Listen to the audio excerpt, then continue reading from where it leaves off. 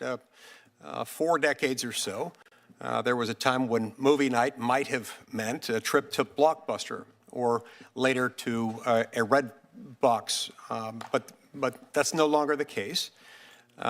Today, millions of Americans will stream their favorite classic movie or binge-worthy show, binge-worthy series right at home.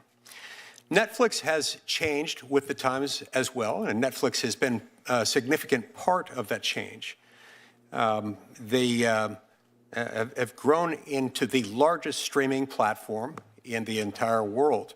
Netflix has more than 325 million subscribers, reaching 1 billion viewers. Premium Netflix streaming plans can cost as much as $300 per year to access Netflix's impressive and steadily growing library of content, both of licensed content and of original content produced by Netflix on its own, some of which we would describe as full-length feature films, others that we would describe as series. We would have previously described them as TV shows, even though they don't air on TV. With this merger, Netflix would acquire Warner Brothers Film and Television Production Studios, their streaming services, and extensive existing content library. These include Warner Brothers Pictures and Warner Brothers Television, HBO, HBO Max, DC Studios, and iconic franchises, including Harry Potter, Game of Thrones, Lord of the Rings, and some popular series, such as The Wire, The Sopranos, and Succession. The deal would not only give Netflix control over Warner Brothers' existing catalog of entertainment content, but also intellectual property for future productions. The transaction raises potential horizontal antitrust concerns. Netflix and HBO Max both offer subscription-based streaming video services and compete directly for subscribers seeking premium content. Additionally, Netflix and Warner Brothers compete to develop critically acclaimed films and hit series content. So the merger would eliminate these areas where they compete head-to-head in today's market. Not only do Netflix and Warner Brothers compete for subscribers and for content, but they also compete in a different direction. They compete for the employment and retention of creative talent, including writers, directors, actors, and other production professionals that go along with the process of producing this content. Consolidating two major employers within the same market inevitably has an impact on and can significantly weaken competition for that labor. The Department of Justice and the Federal Trade Commission have made clear that monopsony power, which here refers to the potential power to suppress wages or limit professional opportunities, is a cognizable antitrust harm, separate and apart from any monopoly-focused concerns. The Department of Justice has demonstrated this when it successfully blocked, for example, Penguin Random House's attempted acquisition of a competitor, Simon & Schuster. Second, this merger raises potential vertical concerns. Netflix is the largest global streaming platform, wielding an enormous influence due to its size over what audiences watch through its proprietary recommendation algorithms. Warner Brothers controls a portfolio of film and television content for its part. So combining dominant distribution with additional premier content creates the classic risk of what we refer to as vertical foreclosure. The merged firm would have both the incentive and the ability to put rivals at a disadvantage. It could withhold marquee titles, it could raise licensing fees, it could favor its own content with recommendations. On a platform of Netflix's size and reach, even a small set of changes in visibility could impact competition. This deal also has potential downstream implications for movie theaters. Now, Warner Brothers is a central force in theatrical distribution, while Netflix has generally favored streaming over theatrical releases. This consolidation would increase incentives to divert major releases away from theaters to streaming only on Netflix. That would reduce consumer choice and threaten the viability of movie theaters. Now, these risks are amplified by data ownership. Netflix already, due to its innovation and investments in this area, has unmatched insight into viewer behavior. Combining that with the content library of Warner Brothers could further entrench Netflix's dominance and raise barriers to entry, make it harder for nascent competitors to enter the market and compete effectively. Antitrust cases are often decided on the basis of market definition, how you define the market in which the merged entity would make its appearance makes a big difference. In a subscription video on demand market, if it were defined in that way, the combined firm would likely exceed the 30% market share threshold, thus triggering a presumption of illegality established by the Supreme Court in longstanding precedent, the United States versus Philadelphia National Bank. Additionally, this merger does not occur in a vacuum. It doesn't occur in isolation. Netflix recently secured an exclusive multi-year agreement with Sony Pictures. This arrangement, announced really just in the last couple of weeks, suggests a broader strategy to consolidate even more premium content behind Netflix's own paywall. Even the uncertainty surrounding this merger risks weakening Warner Brothers as a strong, independent competitor to Netflix, which it currently is. So all told, one might say that Netflix seeks to become the one platform to rule them all, or at least to exercise a significant amount of market dominance. The merger raises numerous antitrust concerns. In a nutshell, consolidating both production and distribution power. If approved, the merger will likely shape in a really significant way how Americans access movies and series for many decades to come. I look forward to hearing the testimony from our witnesses, and Ranking Member Booker, we will now proceed to you and hear your opening statement. I'm really grateful for Chair Lee for organizing this hearing in partnership with my team. We both are coming at this with a lot of bipartisan accord that we have a real crisis in our nation right now, with a level of corporate concentration like has not been seen for generations, going all the way back to the trust-busting days of Roosevelt. I would be remiss if I did not acknowledge that to my left is Amy Klobuchar, who literally wrote the book on antitrust enforcement, and having her leadership here and continued focus is extraordinary. And I'm grateful to serve in between both of these individuals, and just feel very grateful today. I want to thank Mr. Sarandos and Mr. Campbell for coming here. It is not fun often to testify before Congress. Sometimes I wonder if it ranks higher than a visit to the proctologist or to the dentist. I'm not sure, but it means a lot that you all are here. Proctologists and dentists everywhere are outraged by that statement. I am sure I will get letters. I'm sure I will get letters. We're going to examine a lot of the specific facts of this proposed Warner Brothers Netflix merger, but I do want to say very specifically that there is an absence. I believe that this sale of Warner Brothers to any competitor could have serious consequences for consumers and for the television and film industry. And the absence of not having Paramount Skydance here, who has made a hostile takeover, is frustrating. I invited David Ellison, Chair and CEO of Paramount Skydance, to appear today. Mr. Ellison declined, stating that Paramount, quote, does not believe it would be useful or helpful for them to participate as a witness because their offer had been rejected. I'd like to just ask for unanimous consent for this letter to be submitted into the record. I do want to thank Mr. Ellison, though, for meeting with me and I know other senators in person to answer our questions. It was actually a very fruitful conversation. It's unfortunate it wasn't in public. Paramount's still a player here. They have made a hostile bid of $108 billion And for that very reason, I again just want to state that their participation would be really relevant to this hearing. And it would be, in fact, be helpful for Congress to question them about this effort, especially given the serious concerns that I have regarding President Trump's involvement in the deal and the allegations of political favoritism. We're in an unprecedented time where we're seeing executive power being exercised in a way that Congress should be checking. We have seen allegations that Paramount has promised the president to make sweeping changes to CNN after Trump said that he thinks, quote, the people that have run CNN for the last long period of time are a disgrace.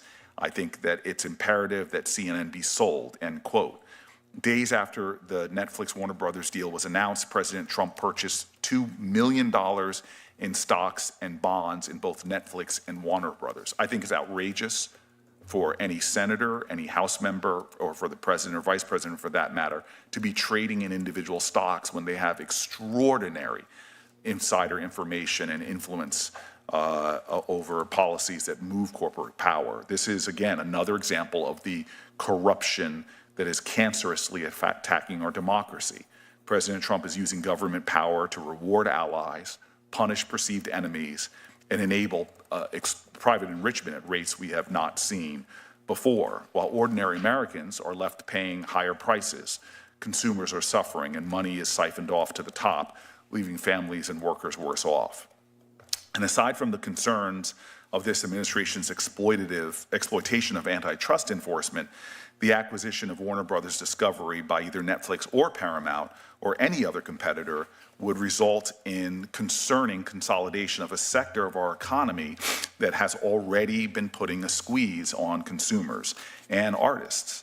Let's be clear, the sale of Warner Brothers to either Netflix or Paramount would have a significant impact on tens of thousands of Americans that work in the entertainment industry and American consumers. I've been hearing from people throughout this industry concerns, fears, worries, legitimate folks that don't have a political axe to grind who are very concerned about the matters we're discussing today and how they're going to impact their lives. So this is not an either-or situation. With either merger, another corporation will gain significant control over what we see, what we hear, and the news we consume. The acquisition of Warner Brothers by Discovery, the Warner Brothers Discovery by either Netflix or Paramount or any other competitor would result in consolidation of a sector of our economy that is already seeing significant consolidation. It's something that we should be talking about and we should be asking the serious questions. With either merger, another corporation will have that control, increased control over what we see, what we hear, and what news we consume. Now, let's be clear. I was born in 1969. My father made me sit down and watch Star Trek and watch Nichelle Nichols, one of the first African-American women to star in a show like that, made me watch movies like In the Heat of the Night. So much of our culture was shaped by extraordinary artists who showed diverse voices, who dreamed and saw a future that seemed almost impossible, that in fact there'd be a black senator sitting right now as a ranking member of this kind of committee. Art matters. Art is vital. With a merger like this, it has real concerns about art, about culture, about the voices of Americans, about the moral imagination of a nation. For years, workers, creators, and consumers have been told that consolidation in media and streaming would mean more choice, more unique stories, lower prices. I don't think we've seen that. What we have seen with each merger is higher subscription costs, fewer streaming options, shrinking creative opportunities. I've heard them from artists that I know personally. They speak of lower pay and growing instability for workers across the industry. Many voices that felt that just a decade ago they had chances to bring their art to life now worry that those options are dwindling. Even now, pre-merger, a small number of streaming companies control a lot, from content production to distribution and to the actual platforms through which consumers access entertainment. We are seeing a lot of vertical integration. We know Netflix Power. I am a subscriber. I watch Netflix with probably hours I don't want to confess here in an open hearing and put on the record, but it is the dominant streaming platform of my household as well as in our nation. And that's just domestically. It has an extraordinary global scale and reach. Worldwide, they have over 325 million consumers, with their closest competitor, Disney Plus, with half of that at 130 million subscribers worldwide. Warner Brothers controls one of the most valuable and largest content libraries in the world, including HBO, Harry Potter, CNN, and for me, one of my favorite platforms is DC Comics. And the fact is that Netflix Warner Brothers transaction would consolidate the largest distribution platforms with one of the largest content producers, and that should raise questions that Americans should have answered. I have concerns about Netflix getting more power over consumers and leaving fewer alternatives and streaming platforms. I have concerns about startups and competition, and of course, as I've already stated, about the impact on artists and artistry in our country. I am angry about our antitrust laws, which have been ignored by Democrats and Republicans in the White House. I believe that we are now seeing consolidation that is screwing Americans from our farms to pharma. We are in a crisis in America. Our antitrust laws are designed to ensure that independent studios, smaller streaming services, and new entrants are not shut out and left unable to compete with companies that control both content and distribution. The concern that so many Americans have is not just about their jobs and the prices they're paying, but as my father, should he be alive right now, would be concerned about less movies and less original story making.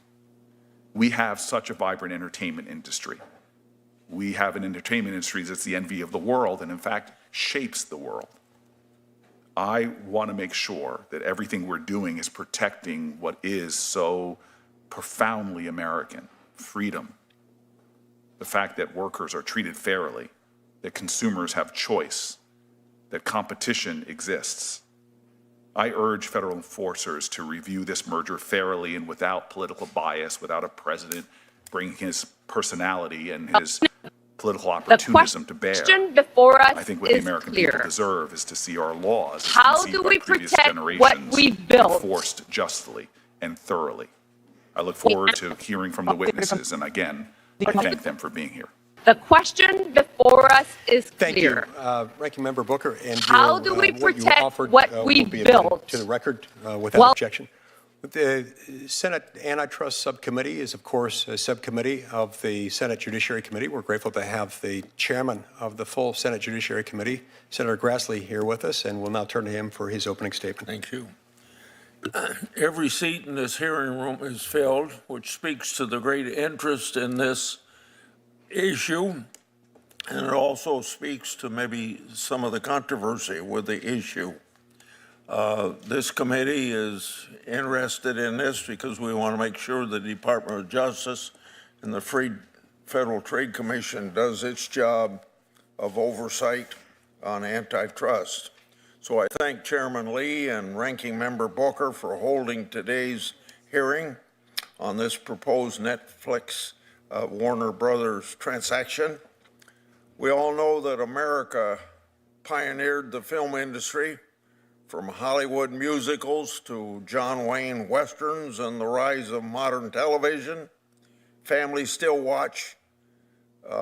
enjoy watching shows together, and it remains an very important part of our culture. But how people watch these productions has changed quickly. The proposed transaction this committee will focus on today would combine Netflix, a leading subscription streaming platform, with Warner Brothers studio assets and HBO Max, another streaming service. This proposed merger could affect prices and choices. Congress enacted the antitrust laws to protect competition and consumers. The Department of Justice and the Federal Trade Commission must apply those laws using a neutral, evidence-based approach and Congress has an oversight role to play, and that's why we're here today. Opponents warn that this deal could reduce head-to-head competition in subscription streaming and lead to higher prices or less innovation. Families in my state of Iowa and across the country already juggle multiple subscriptions, and they deserve real competition that keeps prices in check. Opponents also caution that a combined firm could limit access to popular content, limit licensing options, and make it harder for rivals to emerge and compete. Theater owners worry about shorter release windows and fewer wide theatrical releases, which could harm neighborhood cinemas, those they employ, and affect local economies. Competition in this sector doesn't only depend on who has the most subscribers. High-quality franchisees and libraries can shape competition by affecting what rivals are able to license, and also affects what choices consumers ultimately have. Control of both a large platform and a deep library of films and shows can affect the bargaining power across the industry. So I say regulators ought to examine those dynamics very carefully. The companies will, of course, argue this transaction will improve quality, expand distribution, and create efficiencies that help them invest more in content. Those claims deserve fair scrutiny. Any claimed benefit must result from the merger itself, be verifiable, and likely make content available to more families. Further, and importantly, merger review shouldn't be used as a strategy to keep a company from moving forward for years by limiting its ability to pursue lawful alternatives while market conditions continue to change. So I encourage our antitrust regulators to carefully scrutinize this transaction to ensure that competition is not undermined and to make sure that consumers are protected. So I thank all the witnesses today for the testimony, and I look forward to the discussion. Thank you, Mr. Chairman. Thanks so much, Mr. Chairman. The Ranking Member Durbin, the Ranking Member on the Judiciary Committee, has a conflict. Will be here later, so we'll be able to hear from him in due course when he arrives. Now I'm going to introduce our two witnesses for today. We've got Mr. Ted Sarantos, who's the co-chairman and executive officer of Netflix, and we've got Mr. Bruce Campbell, the chief revenue and strategy officer at Warner Brothers Discovery. If the two witnesses will please rise and raise your right hand to be sworn in. Do you swear or affirm that the testimony you're about to give to the subcommittee will be the truth, the whole truth, and nothing but the truth, so help you God? Thank you. Let the record reflect that all witnesses answered in the affirmative, and thanks again for being here today. We'll now hear your opening statements. Mr. Sarantos, we'll start with you, and please begin with your opening statement. Thank you, Chairman Lee, Ranking Member Booker, members of the subcommittee. Really my honor to be here today. A combined Netflix and Warner Brothers will strengthen the American entertainment industry, preserve choice and value for consumers, and create opportunities for creators. I'm happy to answer all the questions about this deal. I thought it might be a little helpful to spend a few minutes to talk a bit about myself and about the company. I grew up in Phoenix, Arizona. I was the son of a union electrician and a stay-home mom. They were too young to have 5 kids, but they did, and the house was crazy. So I found a lot of comfort in front of screens, either ducking into the theater, get out of the Arizona heat, or parking myself in front of a TV, which I've did for an embarrassing amount of time. As a teenager, one of my first jobs was working in a local video store. And it was behind that counter that I learned so much about the importance of stories. I watched people roam around the store, reading the backs of boxes, desperately asking strangers for reviews, trying to figure out what to watch. and I figured out that I had a pretty good memory for these movies and these titles and these directors, and I could help people find movies they otherwise would have missed. And it felt great to help them. Home entertainment and the video store gave consumers value, choice, and control. But you had to do the distribution by yourself. You had to drive back and forth to the store. That experience started a chain of events for me that led me to Netflix, which at the time had a couple hundred employees and was stuffing envelopes and using the US mail to send DVDs around the country. It solved the distribution burden for consumers, broadened choice, and deepened value. No matter where you lived, you had access to nearly every TV show and every movie ever made. But you had to stand around waiting by the mailbox to rent them and return them. So in the late 1990s, we saw how the internet was about to change entertainment as we know it today. So we built the technology to stream shows and films. Finally, fans had access to thousands of choices with total control of how and when to watch them, and at a tremendous value relative to TV. Over a decade ago, we began programming our own programming, like House of Cards and Stranger Things and Crown, and movies like The Irishman and Marriage Story, Red Notice. Netflix productions have already created more than 155,000 American jobs, contributed $225 billion to the US economy. We have filmed in all 50 states. While other media companies have been cutting back their content spending, we have increased ours. If you're wondering if we're in this for the long haul, we're spending $1 billion right now to transform the old Fort Monmouth military base in New Jersey into a state-of-the-art production facility, revitalizing the local economy there. We also export American stories to the world. About the only place you won't find Netflix is China, because they censor us and block us. With Warner Brothers, we're going to create more economic growth and create more value for consumers. Warner Brothers' assets are very different from ours. They have a century of iconic IP, they have a world-class theatrical distribution business, and their studios produce and license TV shows to other networks and other streamers. We plan to operate those businesses largely as they are today. Netflix and Warner Brothers both have streaming services, but they are very complementary.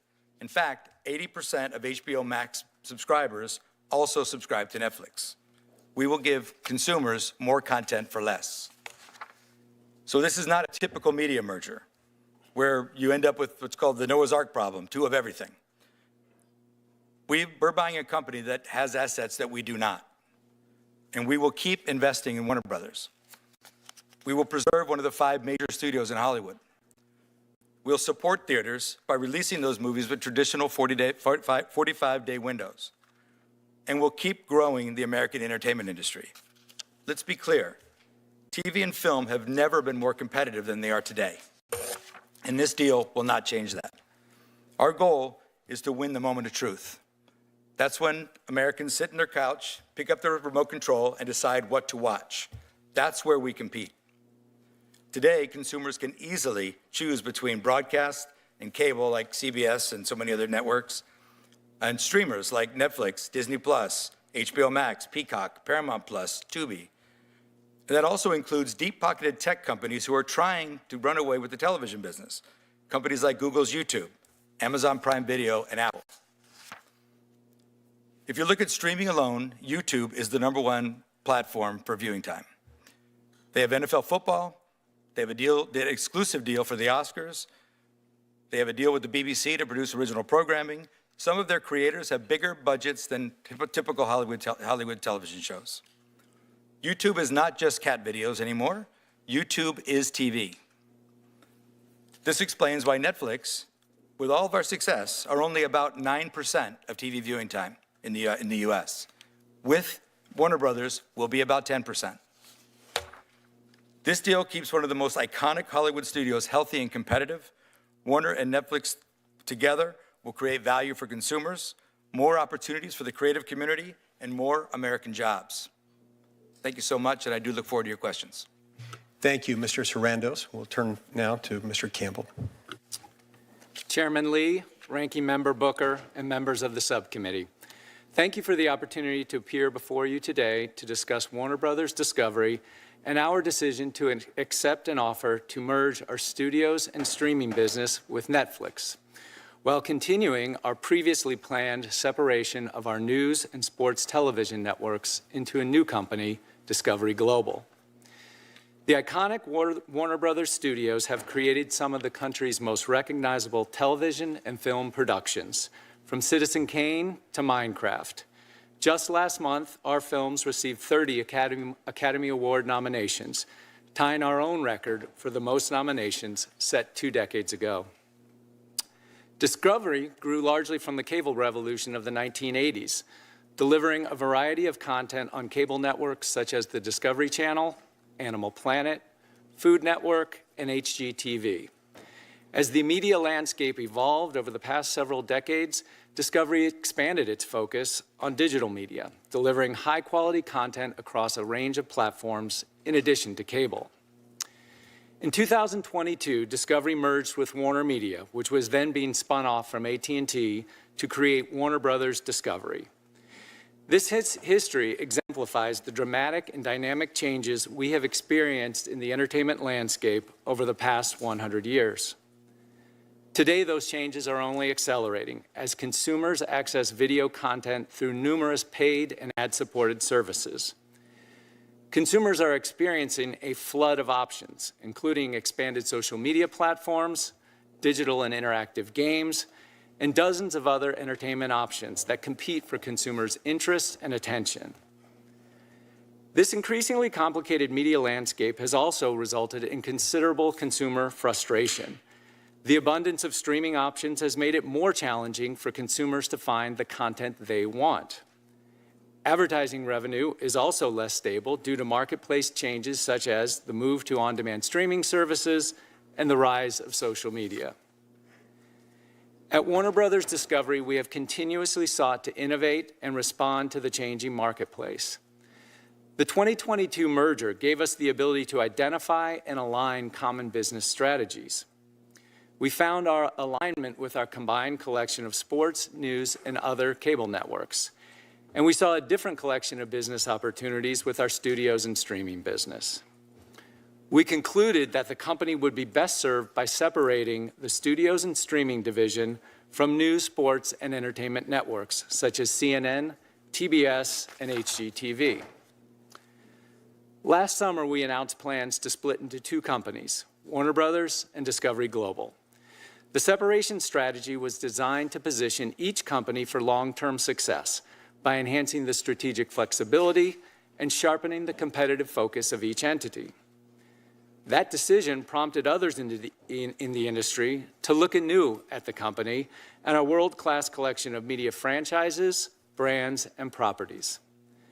Last fall, we began to receive various outreach and offers, including most significantly from Paramount Skydance and Netflix. Our board responded with a full review of the company's strategic options. Paramount Skydance, Netflix, and another company made a variety of offers that our board considered carefully and fully. Ultimately, after careful evaluation of the competing offers, our board unanimously determined that Netflix's offer was and remains the best opportunity for our company.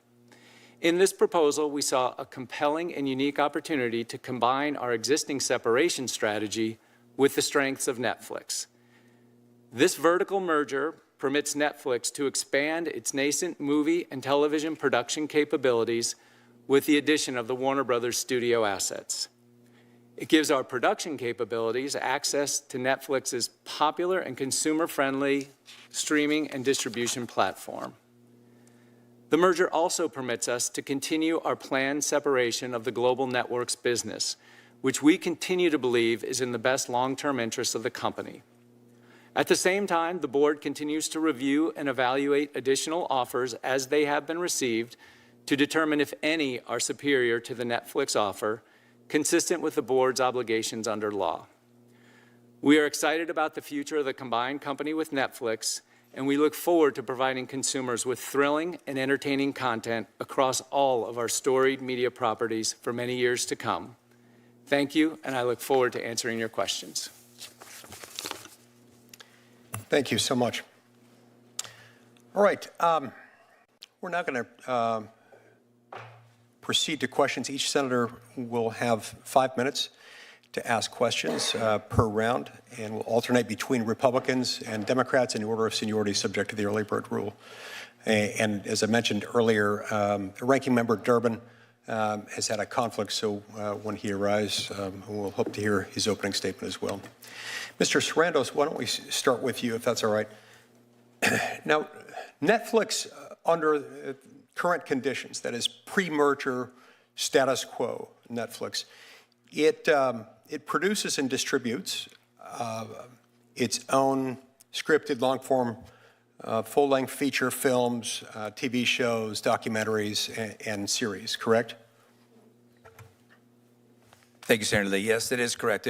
We do produce, it is a small portion of our title but offering. it's part of your library. Part of our library, yes. In fact, it plans to invest roughly $20 billion annually, separate and apart from the merger, in order to increase production, adding to its portfolio. Is that right? Production and licensing, correct, Yes. sir, yes.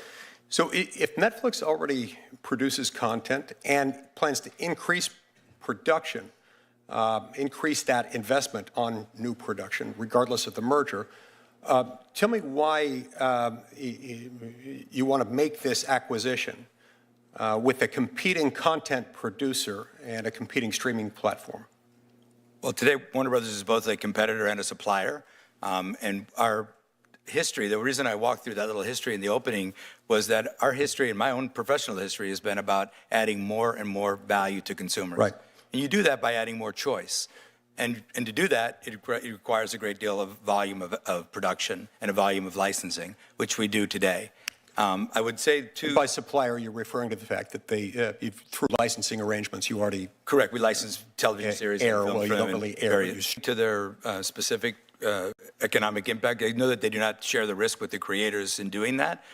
They certainly step up, and we compete with them for things like that Academy Award deal. Certainly for the NFL football games they recently did with the NFL game in Brazil. Now, So yes, they do spend a great deal of money on content. Now, YouTube does share advertising revenue with users, primarily, I believe, with users who do produce their own content. I assume you wouldn't disagree with that characterization. In other words, Yes. most of regular YouTube, let's differentiate for a minute. YouTube from YouTube TV, which is a different thing altogether. It's like a cable TV subscription. But YouTube, whether it's regular YouTube, streams free, doesn't require login credentials, doesn't require any subscription, unless you want to get YouTube Premium, which allows you to bypass the ads attached to the streaming device, in which case you've got to pay a fee and have subscriber login credentials for that. They're not in the same business. They're not producing the same thing. Sure, they produce content, they share advertising revenue with creators, but these are more like sort of end user creators producing shorter content, not full feature length films typically. Isn't that right? Well, Senator Lee, thank you. And I appreciate the complexity of all this, and I really can't speak to the inner workings of their model. It's not really that clear for folks. It's not that transparent. But you would agree that YouTube YouTube content is free as a default matter, and as a default matter, it doesn't require either a paid subscription or login credentials, right? Well, they are a subscription service that also has an ad-free and a subscription option, and it is the exact same content. And remember, when we talk about a competition, we're competing for the same content, we're competing for the same viewers, we're competing often for the same ad dollar, and sometimes it's the exact same programming. And in the case of YouTube creators themselves, this past weekend, a YouTube creator had a movie called The Iron Lung that put $17 million at the box office. Okay, and I don't doubt that they sometimes have feature-length films on there, but I'm struggling to grasp, to fully understand what you're saying about how it's the exact same content. Is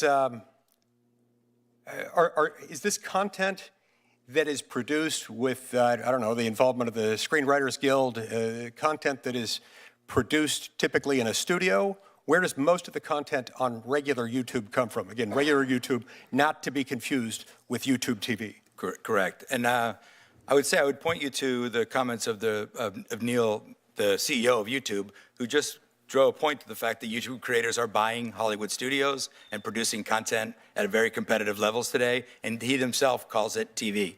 And I would say, what people also miss is about 50% of the engagement on YouTube today happens in the living room on a TV, not on, I think people largely think of YouTube as a mobile device service, and it is 50% today and growing very fast on television.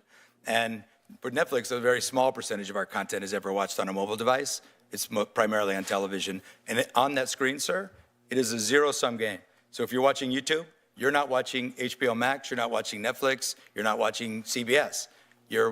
So that is why when we talk about competing for the moment of choice, competing for the viewer's attention, competing for the ad dollars, competing for the subscription dollars, it is all the same pool of content and all the same pool of viewers. Look, my time's expired, but just very briefly before we go to the next senator, I want to make sure that I understand what you're saying.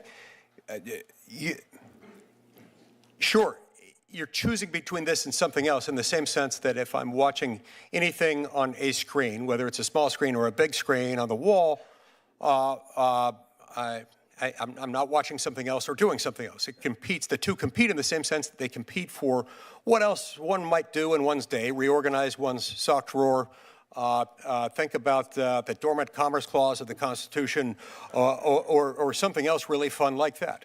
But it's not necessarily the same content. In fact, YouTube, regular YouTube, not to be confused with YouTube TV, which is like a cable subscription thing, the lion's share, the overwhelming share of what one consumes on YouTube while watching YouTube is not full-length feature films written by screenwriters produced by full studios, is it?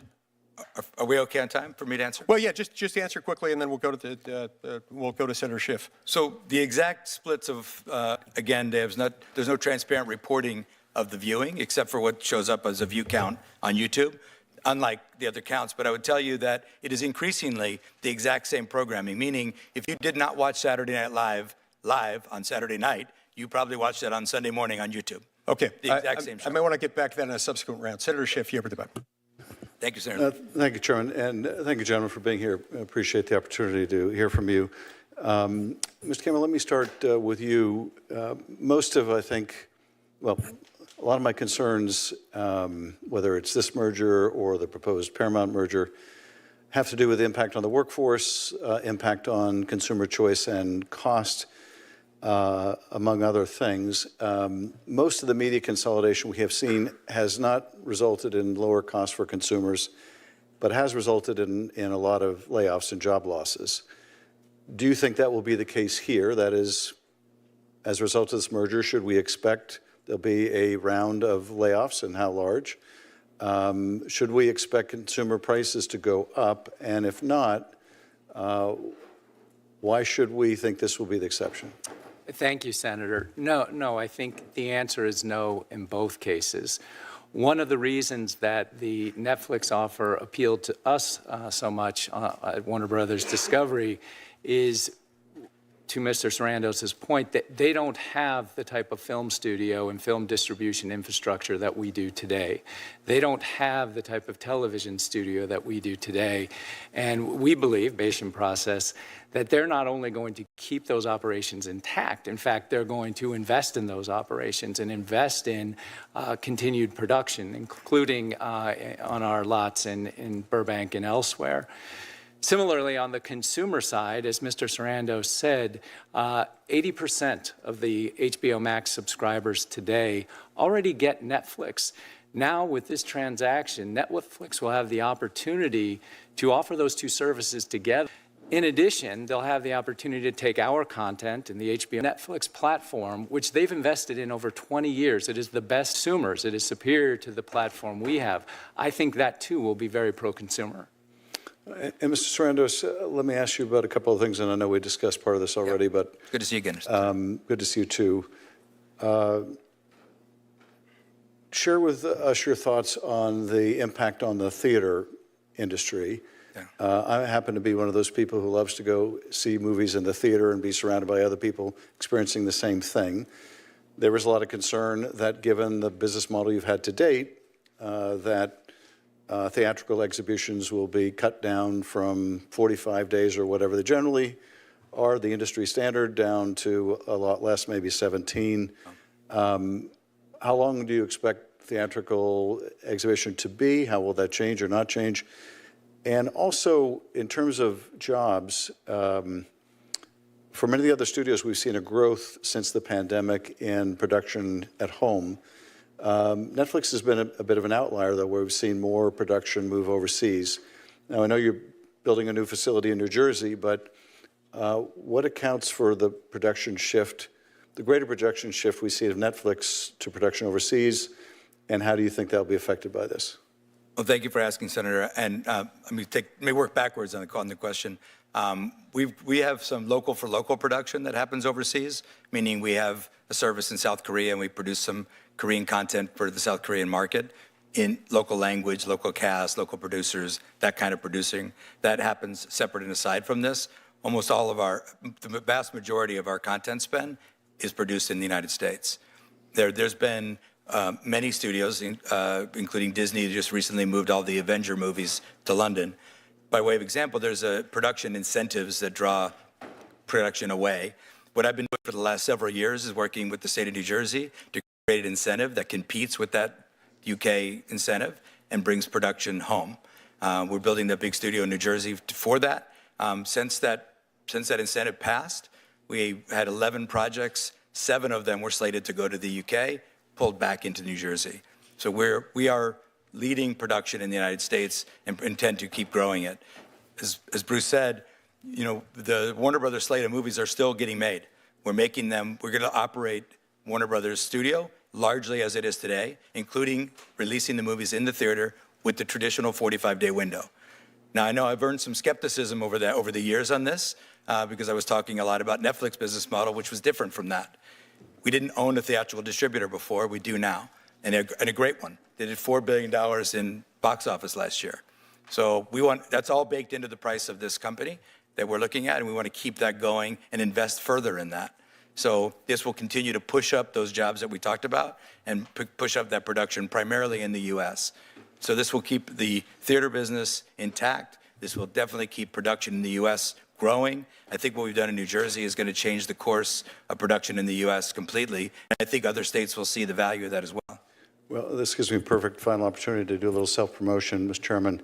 I have a bill that would provide a film tax credit analogous to what's been driving film production overseas that's offered in other countries, and would welcome anyone who would like to work together. Greatly support you on that, Senator. Thank you very much. Thank you, Senator Shipp. Senator Hawley. Thank you, Mr. Chairman, for calling this hearing. Welcome to the witnesses. Mr. Sarandos, if I could just start with you, let's continue to talk a little bit about the labor impacts here, if we could. How many U.S.-based employees does Netflix currently employ, do you know? About 10,000. What about in production roles? Well, it's a fluid number, but we've had about 155,000 production jobs. How about now? On our originals. At any given time, I don't know the number exactly, sir. I can follow back with your staff, though. Warner Brothers, how many U.S. production jobs? I don't have the exact number, but it would be, I would think, in the 8,000 range. Okay. Here's my question. If this merger goes through, what's your projection about the amount of domestic production, say 2 years from now? Is it going to be static? Is it going to decline? It's going to, our production is going to increase. Domestic production. Domestic production Employment. is going to increase. Most of our production is domestic, and it will continue to increase. We've recently forecast our content spend independent of this deal to grow to $20 billion. And that's a combination of licensing, producing. Now, those licensing dollars compel production as well. That's why it's hard to get an exact number. Let me show you the data here about U.S. production recently. Yeah. It's the red line here, starting from in 2021. You can see it is pretty much straight downward.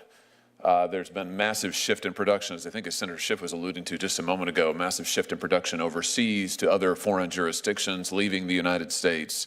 So will you commit to increasing domestic United States production and domestic United States production jobs? Did I hear you just say you would? Senator Hawley, absolutely. It's in our business plan. It's in our long-term operating DNA. I will point out, sir, respectfully, that chart is Los Angeles. Yeah, but Some of those- it is Los Angeles, but if you look at the data, it is reflective. This reflects all of U.S. production. U.S. production is not going up, right? But some of these jobs have